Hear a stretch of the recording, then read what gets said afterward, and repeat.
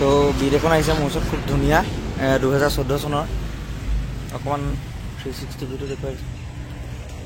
petrol engine হয় আচলতে একদম অৰিজিনেল পেইণ্টৰ আছে গাড়ীখন আপোনালোকে ল'ব পাৰিব একদম পুৰা চিকচিকাই আছে গাড়ী নতুন গাড়ী নিচিনা হৈ আছে সাসপেনশনৰ কাম নাই একো খৰচ নাই ডাইৰেক্ট লৈ পেলাই চলাব লাগে ভিতৰত LED লাইট লগোৱা আছে সিট কভাৰবোৰ খুব ধুনীয়া হৈ আছে ইনবিল্ট মিউজিক সিস্টেম আছে মজা হৈ আছে গাড়ীখন আপোনালোকে লওঁ বুলি ক'লে ল'ব পাৰিব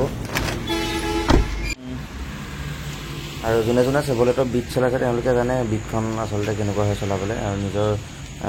ফেমিলি কাৰ হিচাপে ইউজ কৰিবলৈ ধুনীয়া গাড়ীখন আৰু স্পেচ আছে বডি লাইটটো জ্বলাই দিয়াচোন ভিতৰ বাকি সাউন্ড সিস্টেমটো বহুত ধুনীয়া লাগি আছে অৰিজিনেল বডি লাইটটো ইণ্টেৰিয়ৰবোৰ মানে একদম পুৰা ক্লিন হৈ আছে গাড়ীখন বাকি ট্ৰান্সফাৰ সব ধুনীয়াকৈ কৰি দিম ইঞ্চুৰেঞ্চ পলিউশ্যন আৰু এইখনৰ প্ৰাইচটো ৰাখিছোঁ আস্কিং প্ৰাইচটো ৰাখিছোঁ 1,70,000 টকা আপোনালোকে ল'ব পাৰিব আৰু ভিতৰ চিটৰবোৰ আচলতে খুব মজা হৈ আছে গাড়ীখনত আৰু এইটো আচলতে একেবাৰে টপ মডেলটো হয় LT গাড়ীখন আস্কিং প্ৰাইচটো আমি ৰাখিলোঁ 1,70,000 টকা কিবা এটা নিগচিয়েবল কৰি দিম বাৰু